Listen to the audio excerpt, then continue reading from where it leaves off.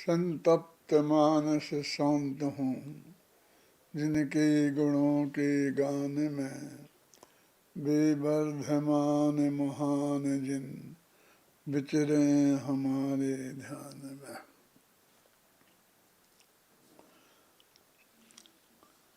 हम बराबर देख रहे हैं कर्ता कर्म अधिकार में तो आत्मा पर का कर्ता है ही नहीं।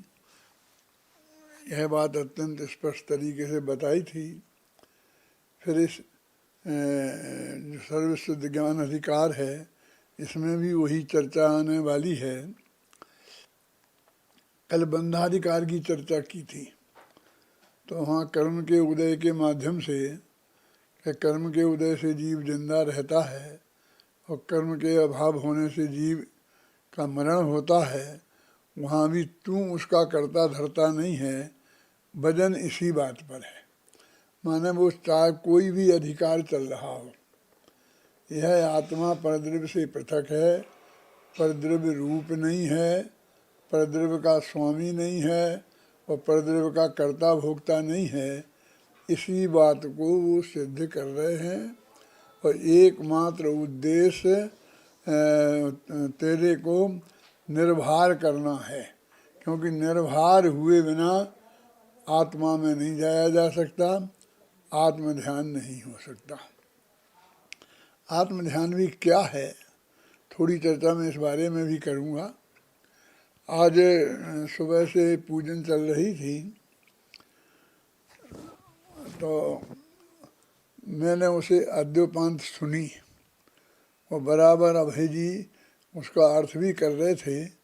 और भाग्य से यही सर्वशुद्ध ज्ञान अधिकार पे चर्चा हो रही थी, इसलिए मुझे उसी पर बोलना था और वही विषय चल रहा था, तो मैंने और अधिक उपयोग से उसको सुना।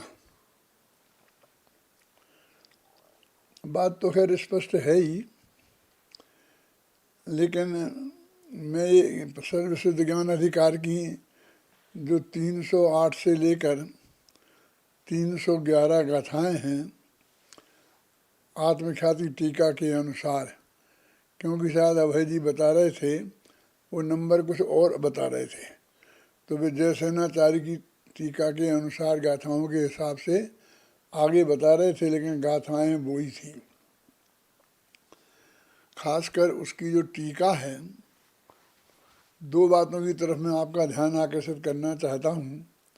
पहला तो उसमें ये लिखा है हेडिंग में अमृतचंद्र ने कि अब आत्मा का अकर्तृत्व दृष्टांत पूर्वक समझाते हैं।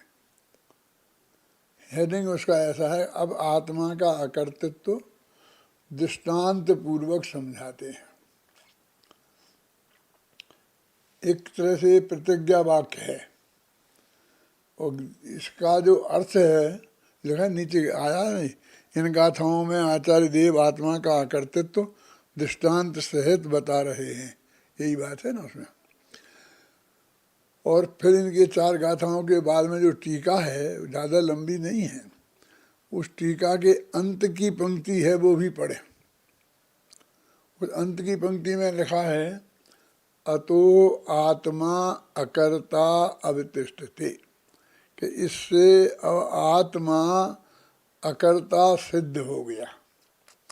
यानी वो समझ रहे, कह रहे हैं कि मैंने ये समझाया तो बात पूरी हो गई। अब जो मैं चाहता था कि आत्मा को अकर्ता सिद्ध करें, तो वो बात पूरी सिद्ध हो गई। वो बात सीधी सिद्ध करने के लिए उसमें उन्होंने ये पंक्ति लिखी है, जिस पंक्ति के बारे में कृमि नियमित पर्याय निकालना, इसमें है क्या देखना कहीं।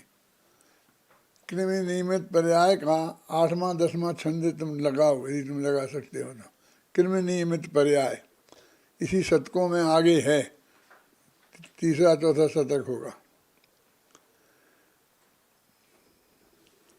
हाँ, इसमें 7वां 8वां छंद होगा। क्यों हटा क्यों दी है?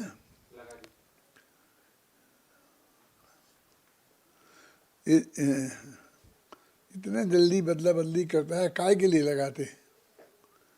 बड़े अक्षरों से लगा निकालने का 7वां 8वां बोल रहा हूँ मैं, और जरा 8वां निकाल, 8वां 7वां। आत्मा जिसे नहीं बदल कर नित्य बदलना है। छोड़ो फिर, छोड़ो, वो निश्चित से काम नहीं चलेगा अपना। कौन कौन बैठता है, कौन करता है ये? हाँ, 10वां छंद पढ़ना है मुझे, 10वां छंद सुनो। पर्याय क्रम नियमित हैं इस महासत्य का उद्घाटन, एक पंक्ति से हो जाता, मिल जाता हमें मार्गदर्शन। आत्मख्याति की इस पंक्ति पर बार बार बल जाऊं मैं, अमृत चंद्राचार्य देव के चरणों में झुक जाऊं मैं। मैंने ये इतनी कविताएं लिखी हैं, इसमें कहीं पर भी किसी तीर्थंकर को भी नाम लेकर के नमस्कार नहीं किया। अमृत चंद्राचार्य देव को मैंने नमस्कार किया, और इस उल्लेख पूर्वक कि पर्याय क्रम नियमित हैं इस महासत्य का उद्घाटन एक पंक्ति में कर दिया उन्होंने। एक पंक्ति से हो जाता है, मिल जाता हमें मार्गदर्शन। और एक पंक्ति नीचे लिखी है, देखो इसमें, जीवो ही तावत कृमिनीमात्म परिणामयी रुत्पद्द मानो जीवा एव न अजीवा। ये एक पंक्ति ये है। मैं इसके बारे में लिखता हूँ कि मैं आत्मख्याति की इस पंक्ति पर बार बार बल जाऊं मैं, अमृत चंद्राचार्य देव के चरणों में झुक जाऊं मैं। इस पंक्ति पर मैं बार बार बलि जाता हूँ और अमृत चंद्राचार्य के चरणों में अपने को निछावर कर देता हूँ, चरणों में झुक जाता हूँ इस पंक्ति की महिमा से। क्योंकि इस पर पंक्ति से ही में सारा रहस्य आ गया है। ये सारा जो अकर्तापन की बात चल रही है ना, कर्ता कर्म अधिकार से लेकर के यहाँ तक, उन सब का एकमात्र उद्देश्य हमारे चित्त में जो कर्तृत्व का भार है, उस भार को उतारना उसका खास उद्देश्य है। इसलिए उन्होंने एक द्रव्य दूसरे द्रव्य का कर्ता नहीं है, तो अपने माथे से इतना बड़ा भार तो उतारा ही, लेकिन फिर हमको ये रहता है हम अपनी पर्यायों के तो करता हैं, माने कुछ ना कुछ काम तो अपने पास रखना चाहता है वो। हमें आत्मकल्याण के मार्ग में तो लगना ही चाहिए ना। कहाँ मोटा नहीं, कल कहा था ना कि भाई अब स्वाध्याय करो, स्वाध्याय करो, तो स्वाध्याय तो करना ही चाहिए ना, उसकी चिंता तो करना ही चाहिए ना, उसका बोझा तो माथे पर रखना ही चाहिए ना। इसे न मालूम ये बोझा ढोने की ऐसी आदत है, जैसे कोई बैलगाड़ी में बैल जोतते हैं ना, तो उनमें समझ लो 20-25 किलो कुंटल वजन लाद देते हैं और फिर उसे लादते हैं, तो वो चलता है सड़क पर। फिर यदि उसे खाली चलाओ तो उसे मज़ा नहीं आता।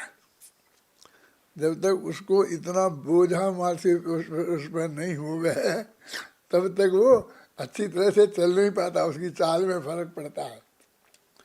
इसको कुछ काम करने को नहीं रहे, ऐसी इसकी जिंदगी इसे पसंद नहीं आती है।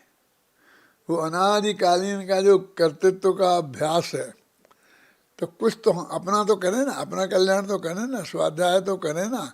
तत्व टूरमल जी ने लिखा है तत्व निर्णय करो, तो तत्व निर्णय तो करें ना।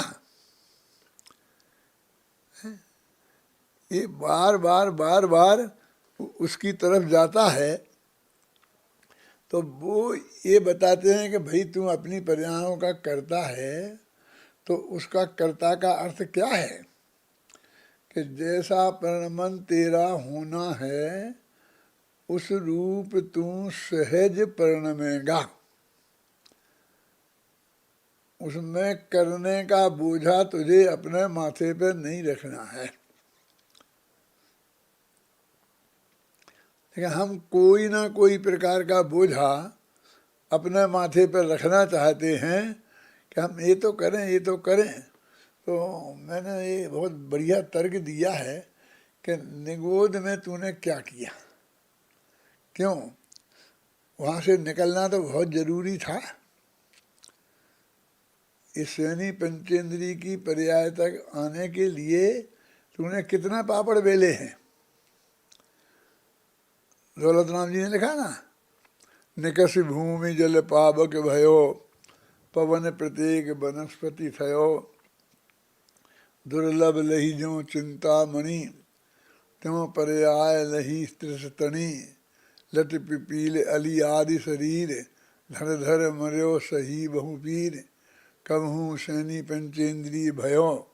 है ना, ऐसे करते करते सैनी पंचेंद्रिय तक लाए ना वहाँ से। तो मैं ये जानना चाहता हूँ कि इन दिनों में तूने क्या किया, और निगोद से निकलकर यहाँ तक आने के लिए, और तुझे अपनी मनुष्य पर्याय की महिमा नहीं आ रही हो, है तो ये बहुत महिमावंत पर्याय। तो उनको याद करो जो भरत चक्रवर्ती के 900 बेटे सीधी लटकी पर्याय से और चक्रवर्ती की पत्नी के गर्भ में आए थे। होगा, सुना होगा ना। भजन में तो ऐसा लिखा है दौलत राम जी ने कि नित्य निगूद माही ते कड़कर, नर पर्याय पाए सुख जानी। मैंने सीधी नर पर्याय पाई होगी नित्य निगूद से निकल कर। लेकिन शास्त्रों में डिटेल पढ़ते हैं तो वो आकर के कीड़े हुए थे, गिंजाई। गिंजाई तो जानते हो आप, तो एकदम ढेर के ढेर एक साथ, जैसे गोबर पड़ा रहता ना जंगल में, ऐसे वे कीड़े पड़े थे। भरत चक्रवर्ती ऋषभदेव भगवान के समूषण में दर्शन करने पूजाने जा रहे थे, तो उनके हाथी के पैर के नीचे आके वो मरे, और सब के सब चक्रवर्ती के घर में पैदा हो गए। अरे आगे की नहीं सुनाता हूँ, आगे क्या हुआ, आगे का और भी गजब हुआ है। वो जन्म से बोलते नहीं थे, तो चक्रवर्ती ने भगवान से पूछा कि ये बोलते नहीं है, इनमें क्या कमी है, क्या है? तो भगवान की दिव्य ध्वनि में आया कि बोलेंगे। और जब वे बोले तो उनके मुख से पहला वाक्य निकला कि हे भगवान हमें दीक्षा दो। और ऋषभदेव से दीक्षा लेके और मुनि पर्याय धारण करके केवल ज्ञान प्राप्त करके मोक्ष चले गए। उसी पर्याय है। मैं तो सिर्फ यहाँ ये बताना चाहता हूँ कि चक्रवर्ती के घर में पैदा होने का पुण्य भी लटकी पर्याय में कमाया जा सकता है।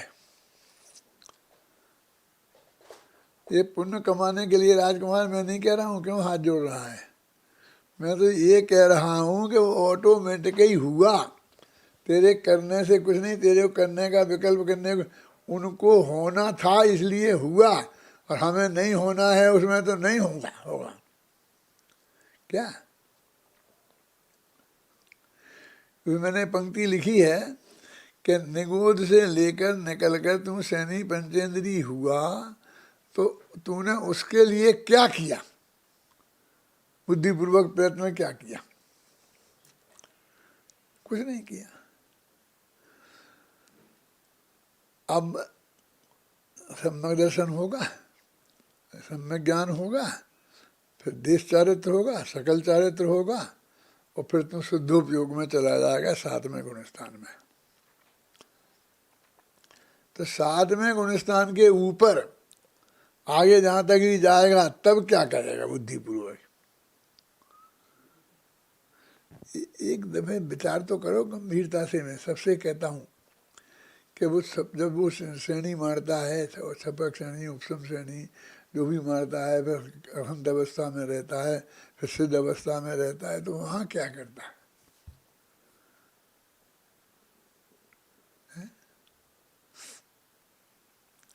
तो वो कुछ नहीं, मतलब वहाँ एक रंच मात्र भी विकल्प नहीं है। जो कुछ भी होता है वो सहज होता है। तो वहाँ से भी सहज ऊपर और यहाँ तक भी सहज, दोनों में भविष्य भी अनंत काल और भूत भी अनंत काल। इतने अनंत काल तक बिना किए तेरे करने का विकल्प किए बिना सब कुछ हुआ, और जैसा होना था उसी के अनुसार हुआ ना। तो इतनी बातें तो कम से कम एक सहज भाव से स्वीकार कर कि भाई इसमें कुछ नहीं हुआ, एक सहज हुआ है, हैं? और जो भी हुआ है उसे सहजता से स्वीकार तो कर।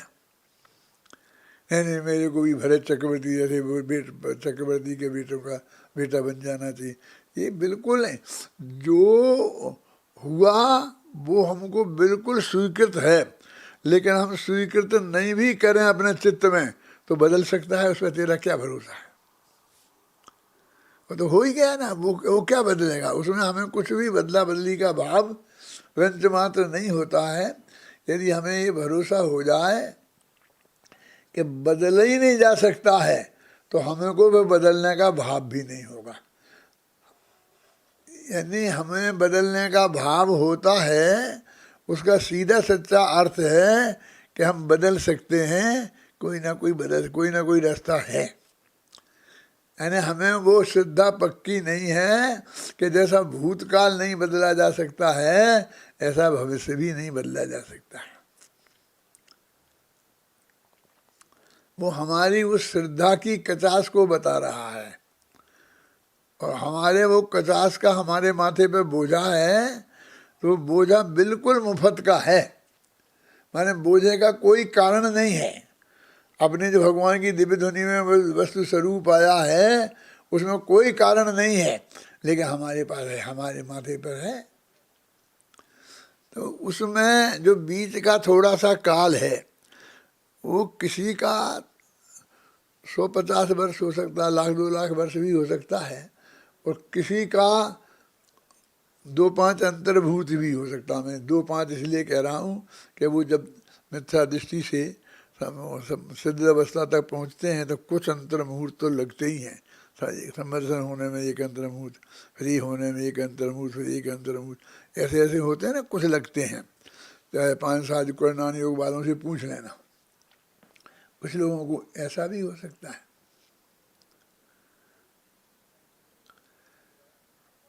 वो जो गिनाई की पर्याय तो असहनी की पर्याय है ना, तब तक तो मतलब कुछ करने की विकल्प में ही नहीं थे, पोजीशन में ही नहीं थे। फिर वो माँ के गर्भ में आ गए, तो माँ के गर्भ में भी क्या करने की पोजीशन में होंगे, अभी अपन ज़्यादा उसकी चर्चा नहीं करते हैं।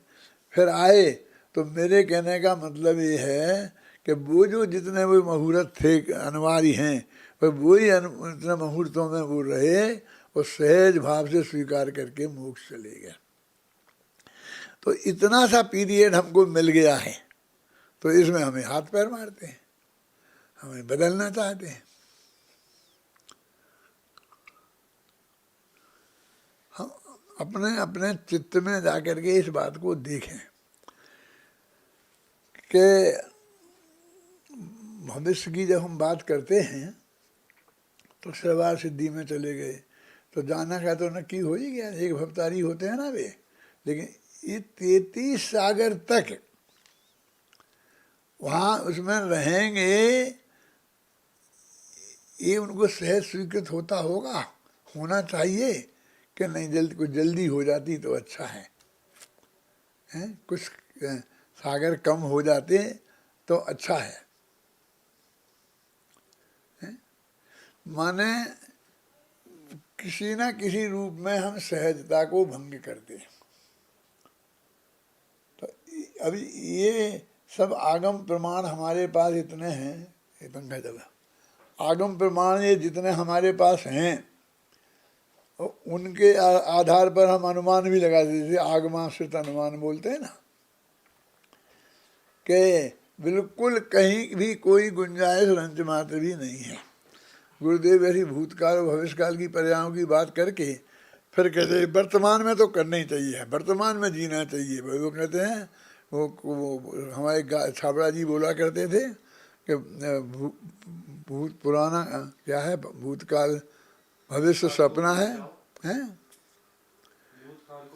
नहीं नहीं, वो तो अलग है। वो कहते भविष्य सपना है और भूतकाल ऐसे ही शब्द बोलते थे, और वर्तमान अपना है ना? आप समझ? भूतकाल सपना है, भविष्यकाल कल्पना है, और वर्तमान अपना है, हैं? यानी तुम भूतकाल की बातों को सोचने में शक्ति मत खर्च करो, और भविष्य की तो कल्पना है, क्या है कुछ अभी पता नहीं है, कुछ क्या होगा कैसे होगा, और वर्तमान अपना है। तो वर्तमान में तो हम अपना सजग रहे ना, है? तो वो कहते हैं कि वर्तमान को गुरुदेव मालूम क्या जवाब देते थे, वर्तमान एक समय का होता है, एक समय के पहले सब भूतकाल में है, और एक समय बाद सब भविष्य काल में है। वर्तमान सिर्फ एक समय का है।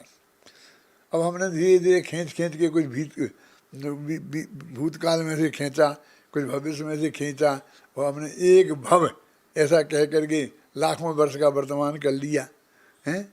एक बरस तो 12 महीना का वर्तमान कर लिया।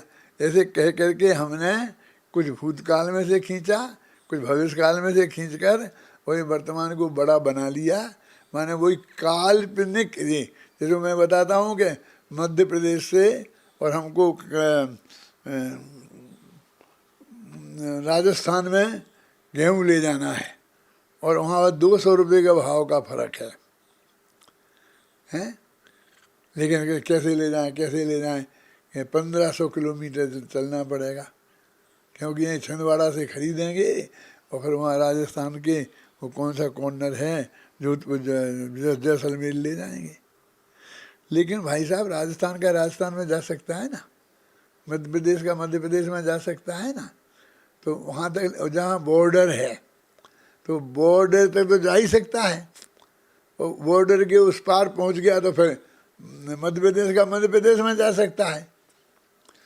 तो हमने काल्पनिक इतना 1500 किलोमीटर खड़े कर दिए, जबकि वो तो आड़ी रेखा, आपको सरल रेखा बोलते हैं ना, सरल रेखा में जिसमें लंबाई होती है और चौड़ाई नहीं होती है, ऐसी भूमि है बीच में कि ना जो मध्य प्रदेश हो और ना जो राजस्थान हो, दोनों की सीमा रेखा के बीच में कोई जमीन है? जमीन ही नहीं है। कल्पना तो ये हो गया एक समय। और वो गुरुदेव फरमाते थे कि वो एक समय हमारे क्षयोपम ज्ञान में असंख्य समय बाद पकड़ में आता है। तो इतना चला जाता है जब तक, तो क्या क्या कर सकते हैं हम उसमें, हैं? वर्तमान करो, वर्तमान में करो, अपना संभाल लो, ये कर लो, ये कर लो, ये कर लो। ये बिल्कुल भी एकदम सहज नहीं हो सकता। सहज होना माने जो होना है वो हमें स्वीकृत है कि नहीं साहब, वो भी अन्याय बहुत होता है। तुम तो एक ही भव में चले जाओगे 100 वर्ष में ही। राजा सुनक तो भी 84 वर्ष का 1000 वर्ष है ना, क्या 84 लाख है, क्या है, 84,000 वर्ष में है। तो 84,000 वर्ष में ही चले जाएंगे और हमारे लिए वर्षों लग जाएंगे। थोड़ा हमारा भी ऐसा हो जाए, है क्यों? हर एक का बिल्कुल निश्चित अलग अलग है। देखो कैसा विचित्र स्वभाव है, लेकिन तुझे सहज स्वीकृत नहीं है। मैंने कल थोड़ा कहा था कि हम बैठे हैं आपस में, तो दूर के लाखों करोड़ों लोग हैं अमेरिका में बैठे, ब्रिटेन में बैठे, वो कितनी तरक्की कर रहे, कितनी तनुजली कर रहे, कितना उनके हो रहा है, हमें कुछ फर्क लेना देना नहीं है। हम बिल्कुल, हमारे चित्त में कोई तरंग खड़ी नहीं होती है। लेकिन हमारा साथी तरक्की कर जाए तो तरंग खड़ी होती है, तकलीफ में पड़ जाए तो तरंग खड़ी होती है। अनंत सिद्ध भगवान के तो ये भी नहीं होती है ना, मुनिराजों के तो ये भी नहीं होती है ना कि नहीं होनी चाहिए ना, हो तो सब काम खत्म। तो उसी का नाम ध्यान है ना। तुम ध्यान करने के लिए क्या करते हो?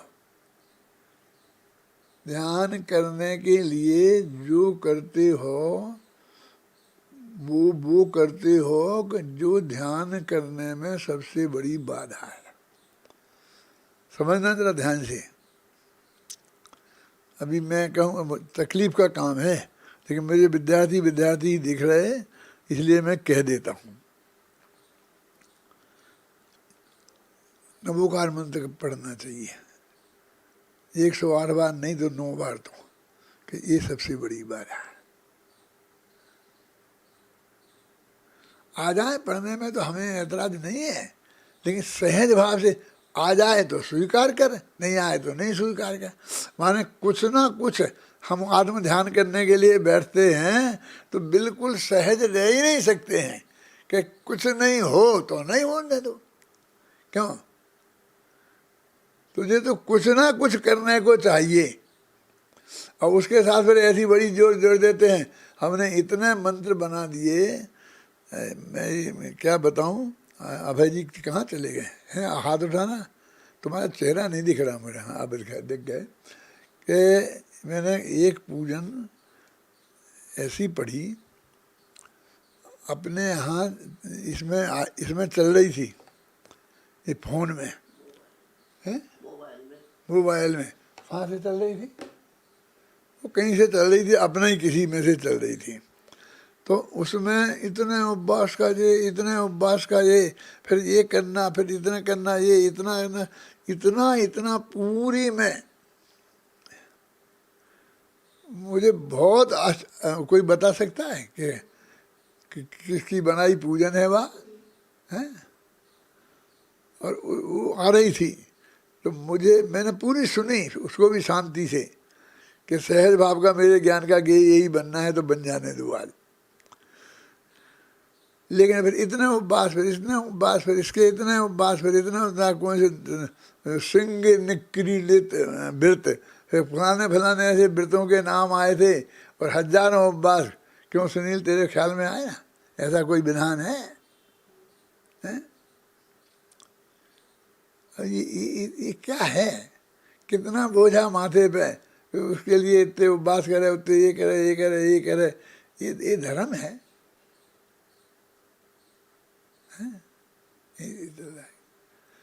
यानी हम चित्त को एक समय भी फ्री नहीं छोड़ सकते। इसी का नाम विकल्प है, यही सबसे बड़ी रुकावट है।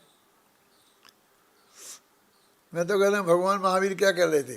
ध्यान में कुछ नहीं कर रहे थे, आत्मा का ध्यान तो कर रहे होंगे ना, आत्मा का चिंतन तो कर रहे होंगे ना। तो तू तो कुछ ना कुछ रखना चाहता है और मैं बिल्कुल जीरो करना चाहता हूँ। ये हमारे तुम्हारा चित्त अभी जीरो नहीं हो तो मत होने दो, लेकिन चित्त में स्वीकृत तो हो कि मार्ग वो है।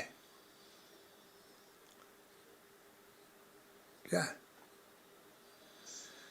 एक समय भी बीच में नहीं है कुछ, बिल्कुल इसमें रंज मात्र भी। हाँ तो मैं पढ़ रहा था, पर्याय किनमें नियमित हैं, इस महासत्य का उद्घाटन एक पंक्ति से हो जाता, मिल जाता सहज हमें मार्गदर्शन। देखो उनने इतना लिखा, कृमि नियमात्म परिणामयी। आत्म परिणामयी का क्या अर्थ है? संजय पूछ नहीं रहा हूँ तुझसे, तेरा ध्यान आकर्षित कर रहा हूँ। आत्म परिणामयी माने क्या है? आप सब लोग अपने मन में जवाब दो। आत्म माने आत्मा नहीं है वीर सागर, वहां है। क्यों नहीं? आत्मा माने आत्मा नहीं है, गजब हो गया। क्योंकि वहां लिखा है कि जीवो ही तावत कृमि नियमात्म परिणामयी रुत्पद्य मानो जीवा एव नो अजीवा अजीवोपि कृमि नियमात्म परिणामयी रुत्पद्य मानो अजीवा एव नो जीवा। तो अभी दूसरी पंक्ति पे लगाओ, अजीब तो अजीब है, ये आत्मा तो है नहीं वो। यहाँ उसके आत्मा का अर्थ आत्मा होता तो फिर अजीब पे नहीं घटती ये बात, अकेले आत्मा पे घटती। तो क्या है आत्म परिणाम माने स्वयं के, स्वयं का परिणमन, चाहे वो पुद्गल का हो, चाहे जीव का हो, चाहे धर्मद्रव्य का हो, चाहे अधर्मद्रव्य का हो, चाहे आकाश। आत्म परिणाम, आत्म माने अपना, अपना माने उस द्रव्य का स्वयं का, जो जिस द्रव्य का वो परिणमन है उस द्रव्य का स्वयं का उसका नाम आत्मा है। ठीक है, न्याय से अर्थ है ना ये। तो कहते हैं वो द्रव्य अपने आत्म परिणामों से निरंतर उत्पन्न होता हुआ, बदलता हुआ, क्योंकि उसका द्रव्य, जैसे द्रव्य स्वभाव नहीं बदलना है ऐसे ही पर्याय स्वभाव बदलना नहीं, नित्य बदलना है। क्या मैंने एक समय में भी वो पर्याय बदले बिना नहीं रहेगी। तो फिर तू बताएगा कि कौन सी पर्याय आए, तू सोच के बताएगा, फिर तू कोशिश करके, फिर नक्की करके, माँ बाप से पूछ के, गुरुजी से पूछ के, वो तो पहले से ही नक्की हो। ये इतना इतना समय कहाँ है कि बुद्धिपूर्वक तेरे करने के लिए कोई समय हो, हैं? वो तो जो प्रत्येक द्रव्य का जब वो नक्की है, वो पर्याय स्वभाव नक्की है। इसलिए मैं ये कहता हूँ कि आत्मा के कल्याण के लिए अकेला द्रव्य स्वभाव जानना जरूरी नहीं है। अभय कुमार जी, मैंने पूरा तुम्हारा अधिकार सुना है, पद्यानुवाद तुम्हें ने किया होगा वो अभी, हैं, जो भी विधान में बनाया है ना, अच्छा है। तो वो मैंने सुना पूरा। वो एक एक समय का जो परिणमन है वो किसी को नक्की नहीं करना है। अजीब तो नक्की करेगा क्या बेचारा, उसके बारे में तो आप सोचते ही नहीं हो। और ये कई मूर्ख लोग तो क्या नक्की करेंगे, लेकिन समझदार है उसको भी, किसी को सर्वज्ञ को भी नहीं करना है। वो है और प्रति समय है और बदलेगा। तो ऐसा अकेला द्रव्य स्वभाव समझने से काम नहीं चलेगा, पर्याय स्वभाव भी समझना पड़ेगा। द्रव्य स्वभाव है कभी नहीं बदलना और पर्याय स्वभाव है नित्य बदलना, और दोनों हमें समझना पड़ेगा। और द्रव्य स्वभाव को भी नहीं बदला जा सकता है और पर्याय स्वभाव को भी नहीं बदला जा सकता है। क्यों? अब तेरे माथे पे कोई बोझा नहीं है, नहीं तू कहता है कि नहीं ये कुछ चीज तो मेरे हाथ में है। तो जब ये दोनों ही बातों से बिल्कुल बिल्कुल श्रद्धा में निश्चिंत हो जाएगा, तो जब श्रद्धा के अनुसार चारित्र का परिणमन होगा तो उसमें कहीं कुछ कैसे होगा कन्या रूप। एक सर्वसिद्ध ज्ञान अधिकार में ये कर्तापन का निषेध कर रहे, उसके बिना कर्तापन छूटेगा नहीं। वो कहते हैं कि क्रमबद्ध पर्याय को पूरी तरह से माने बिना कि सब कुछ सुनिश्चित है एक एक समय का, कभी कर्तापन छूटेगा नहीं। और कर्तापन नहीं छूटेगा हमारे दिमाग में, तब से हम निर्भार नहीं हो सकते। उतना भार हमारे माथे पर रहेगा ही। अब हम तो सब मान मेरे सहित कल तक तो हम सब समझा ही रहे थे ना, क्या कि देखो भाई निबूद में तो कुछ कर नहीं सकती, असेनी पंजंदी पर्याय तक तो कुछ कर नहीं सकती। अब तो मैं मुश्किल से मिला ये पर्याय, ये जैन कुल मिला है, फिर ये मिला है। मैंने बोधि दुर्लभ भावना लिखी ना, तो सबने तो लिखी निगोद से, फिर वहाँ से कैसे निकला और कैसे निकला करते करते करते मैंने बिल्कुल नहीं, क्या है जो काम हो गया उसकी क्या बात करना। मैंने वर्तमान पर्याय के वर्तमान समय से बात करी। हाँ, नर देह है, क्या बोलो पढ़ो, नर देह उत्तम उत्तम देश पूर्ण आयु शुभ आजीव का। मैंने यहाँ से शुरू किया दुर्लभता की बात को, है? तो वो कहता है भाई तुम्हें मनुष्य पर्याय निकली है, ये चली जाएगी, एक एक क्षण में जाती है, जो भोग ली है वो तो अपनी, क्यों, मैं 86 वर्ष का हो गया हूँ, तो विशाखा तुम भी होगे। अरे तुम तो 90 वर्ष के हो, मुझे कोई तकलीफ नहीं है, लेकिन मैं तो ये कहता हूँ गारंटी क्या है? ऐसा कहते जो भोग ली उसकी तो गारंटी है, क्यों, जो भोगना है उसकी गारंटी नहीं है। अभी है तो नक्की नक्की कितनी बार आ रहेगी इसमें, हैं? इसलिए कर लो कर लो कर लो, यही उपदेश देते हैं कि नहीं देते हैं? ये मनुष्य भूमि मुश्किल से मिली है, ये निकल जाएगी, है ना? क्या क्या करना है राजकुमार? ये मनुष्य भव्य निकलना जाए उसके पहले क्या करना है?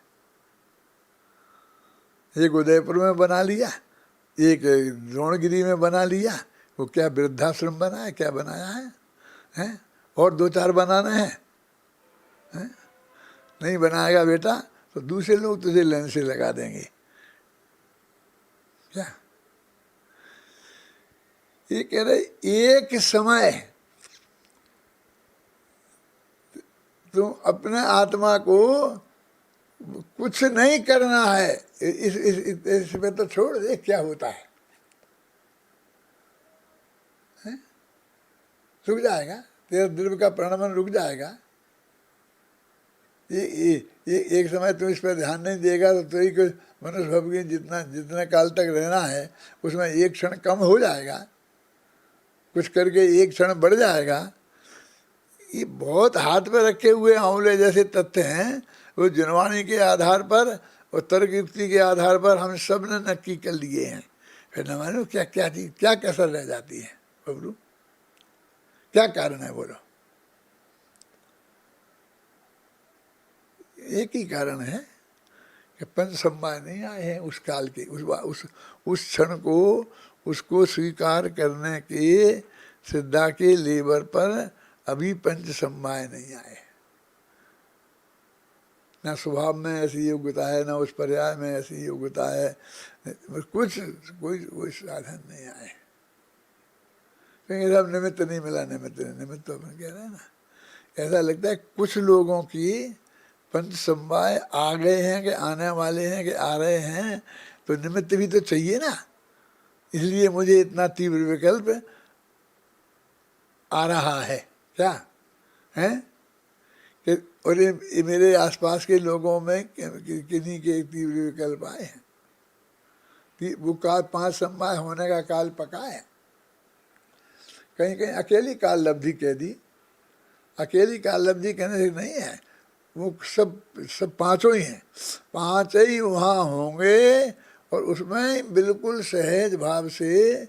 एक दफ़े मैंने इतना कहा, बाहुबली कहते हैं कि यदि ये चक्र रत्न का झंझट नहीं होता, आफत नहीं लगती, तो मैं भी दीक्षा ले सकता था, मैं भी विश्वसेन जैसा गणधर बन सकता था, मैं भी बाहुबली जैसा 1 साल में सही केवल तो ज्ञान प्राप्त कर, लाखों वर्ष तक तो नहीं बिताना पड़ते थे। तो वे कहते हैं, महामत्य कहते हैं, क्या बात कर रहे हैं आप, हैं? कि नहीं होता, ये कहाँ से लाए? क्या ऐसा होता और ऐसा नहीं होता? खेमचंद भाई कहते थे ऐसा होगा, ज्ञान स्वभाव में ऐसा प्रश्न ही खड़ा नहीं होता। है कोई इतना मेरे जैसा बुजुर्ग जिसने सुना हो ये खेमचंद भाई के मुख से? हैं? क्यों कि ज्ञान स्वभाव में ये प्रश्न खड़ा ही नहीं होता है कि ऐसा होता तो और ऐसा नहीं होता तो। ये जो तो लगा रहा है तू, यही सबसे बड़ी बाधा है। तो फिर क्या होगा? जो नक्की है वो होगा, कुछ नहीं होगा तो कुछ नहीं करें, तो कुछ नहीं करें। अरे जो होना है उसको ही कहेंगे कि तेरे में वो परिणमन हुआ, और उसी को शास्त्र में तुझे उसका कर्ता कहते हैं। तो मैंने तो ऐसा लिखी 3-4 छंद ऐसे लिखे इसी क्रमबद्ध पर्याय किताब में कि ऐसा कर्ता हमें नहीं बनना। क्या लिखा? क्या लिखा? ऐसा कर्ता हमें नहीं बनना कि हमारे हाथ में कुछ नहीं हो, हमारे हाथ में कुछ नहीं हो, ऐसा कर्ता हमें नहीं बनना है। कि सहज जो परिणमन होगा उस सब के पूरे तुम करता होगे। वो मोक्ष मार्ग में होगा तो उस पर्याय के तुम करता होगे, मोक्ष में जाओगे तो उसके भी करता होगे, मोक्ष में रहोगे तो मोक्ष में जो परिणमन होगा उसके भी करता तुम ही रहोगे। कर कुछ नहीं है, एक क्षण आगे पीछे, ऐसे करता हमें नहीं बनना। फिर उसने कहा कि तो कैसे बनना है बेटा तुम्हें? तो कह देखो तुम्हारी सब बात स्वीकार। फिर माने क्या पंक्ति लिखी कि थोड़ा हमारा रखो और फिर तुम्हारी सब बात स्वीकार। तो थोड़ा हमारा भी रखो। अभी मेरे जो ऐसे ऐसे लड़के होते सामने बैठे रहे पढ़ के सुनाते, थोड़ा मेरा भी रखो। अभय जी आपको याद है क्या पंक्ति? थोड़ा रखो मेरा। है? वो कहते हैं थोड़ा तेरा रखो, क्योंकि तेरा बिल्कुल ही नहीं रखा, तुझे बिल्कुल ही जीरो कर दिया, लेकिन किसका रखा है? हैं? किसी सब का। देखो ऋषभदेव भगवान बैठे थे और आगे इतनी फौज लग रही थी, 100 तो बेटे थे और जी थे वो थे, और बहुत जीव उसी भाव से मोक्ष जाने वाले थे, चरम शरीरी थे बहुत। और वो जानते थे और कब उनका हर एक का काल भी नक्की था, हर एक का पांचों संवाय नक्की थे। और ये समझ लो कि अभी सबसे जाना लंबा काल का नक्की वाला सग्गा पोता मारीच था। और ऐसे भी थे कि जो उनके पहले मोक्ष चले गए। क्या ये सारे उनके ज्ञान में झलकते होंगे ना। तो एक तो हम ज्ञान स्वभाव नहीं जानते, क्योंकि ज्ञान स्वभाव में सारे द्रव्यों पर्याय झलकते हैं। बिल्कुल ये जाने बिना ज्ञान स्वभाव नहीं जाना हमने।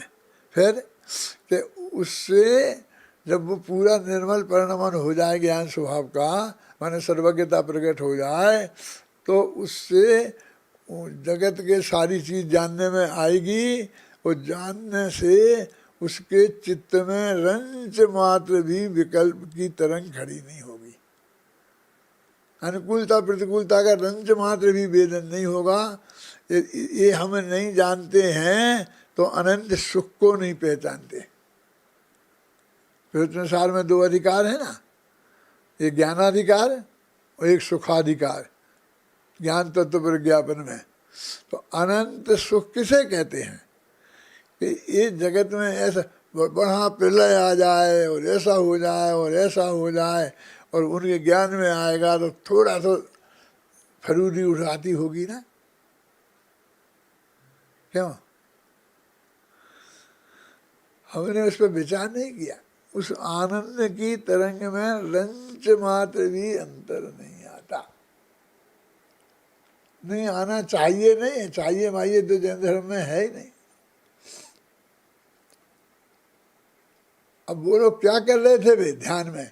वो छठवें सातवें गुणस्थान में बिल्कुल कुछ नहीं करते। होता है कि आत्मा का ध्यान करते हैं, आत्मा का ध्यान करते हैं। जो तुम्हें कहना हो कह लो, अब जहाँ तो वो रहता होगा वो रहता ही होगा, लेकिन माथे पे भार रंच मात्र भी नहीं है। कहने भार नहीं होगा लेकिन करते तो होंगे ही। होता है, होता स्वयं जगत परिणाम, वो मैं जग का करता क्या काम। ये कितनी बड़ी बात बरनी जी ने उस वक्त कह दी, लेकिन किसी ने गिना ही नहीं उसको।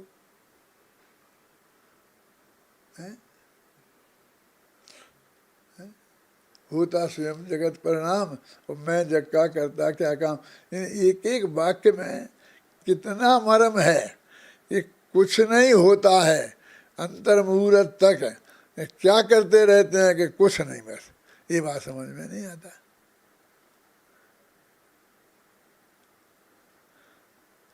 बोलो नहीं, सोचो नहीं और चेष्टा भी मत करो। उत्कृष्ट है यह ध्यान है। वो उत्कृष्ट ध्यान का स्वरूप हमारे ज्ञान में पूरी निश्चिंतता के साथ आना चाहिए। समझे ना? अभी मेरा ऐसा होता है वीर सागर कि मैं किसी से बहुत कहता हूँ, अपने घर में ही समझ लो इसी से, और फिर वो नहीं सुनता है मान लो बिल्कुल। तो मेरे चित्त में विकल्प होता है कि देखो बहुत अनर्थ हो जाएगा, अच्छा नहीं होगा ऐसा ये करके।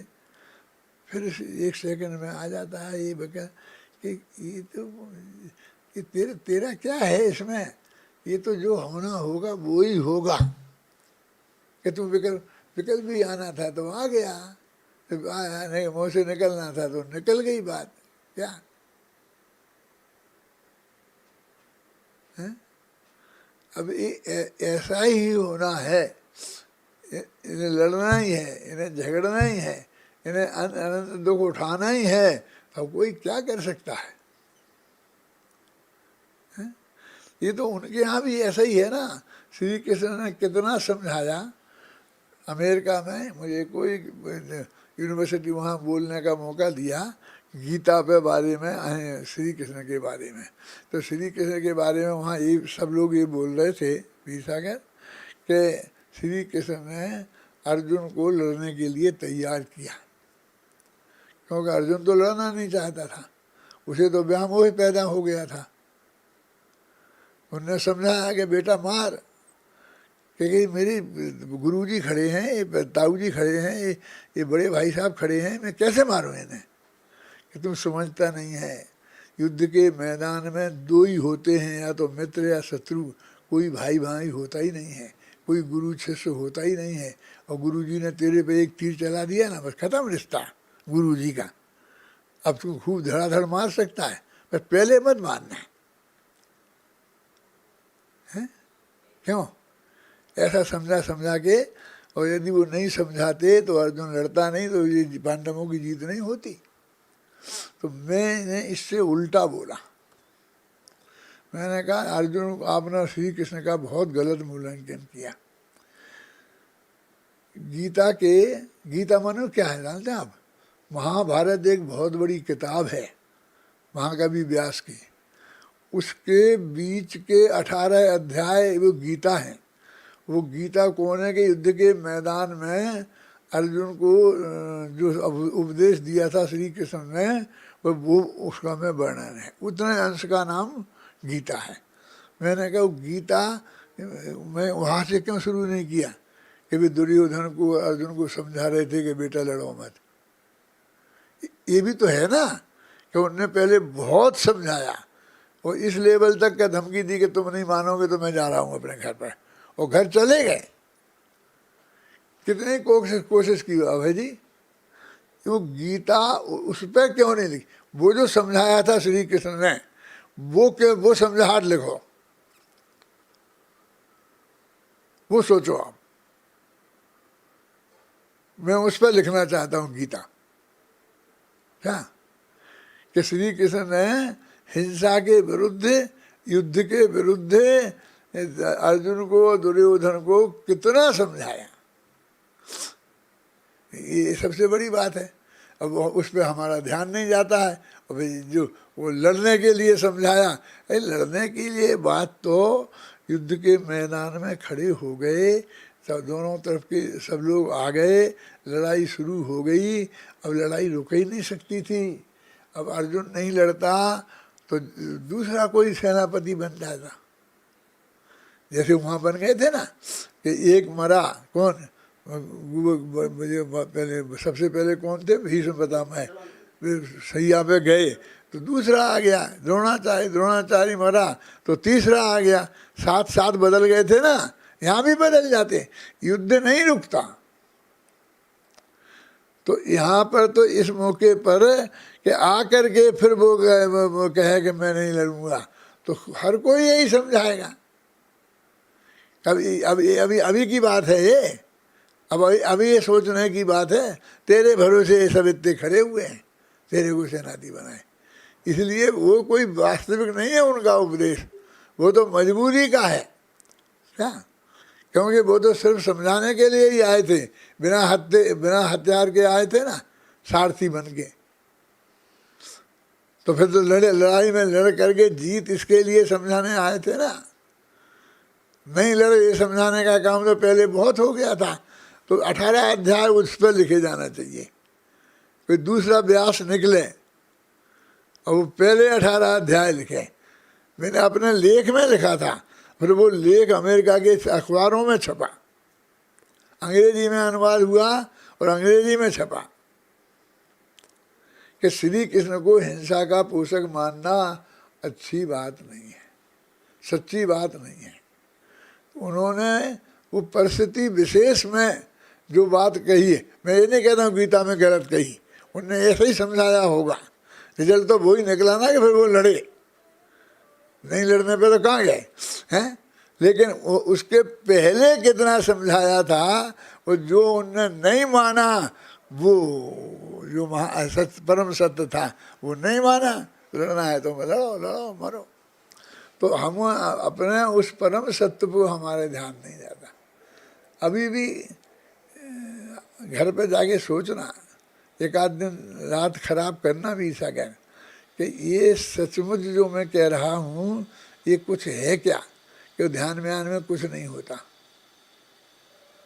जो हो रहा है सारे लोकालोक में और हमारे ज्ञान में आ रहा है, वो हमको एकदम सहज स्वीकृत होता है, उसमें इफ एंड बट नहीं होता है।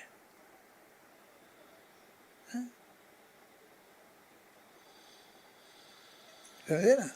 जो क्यों नहीं करते हो, राम और लक्ष्मण थे, एक साथ थे, एक साथ लड़ाई लड़े, एक साथ जंगल में रहे, एक साथ मार काट करी, वो बिल्कुल जो जो जितने आप बाहर से कहते हो उसमें पूरी पार्टनरशिप थी कि नहीं थी।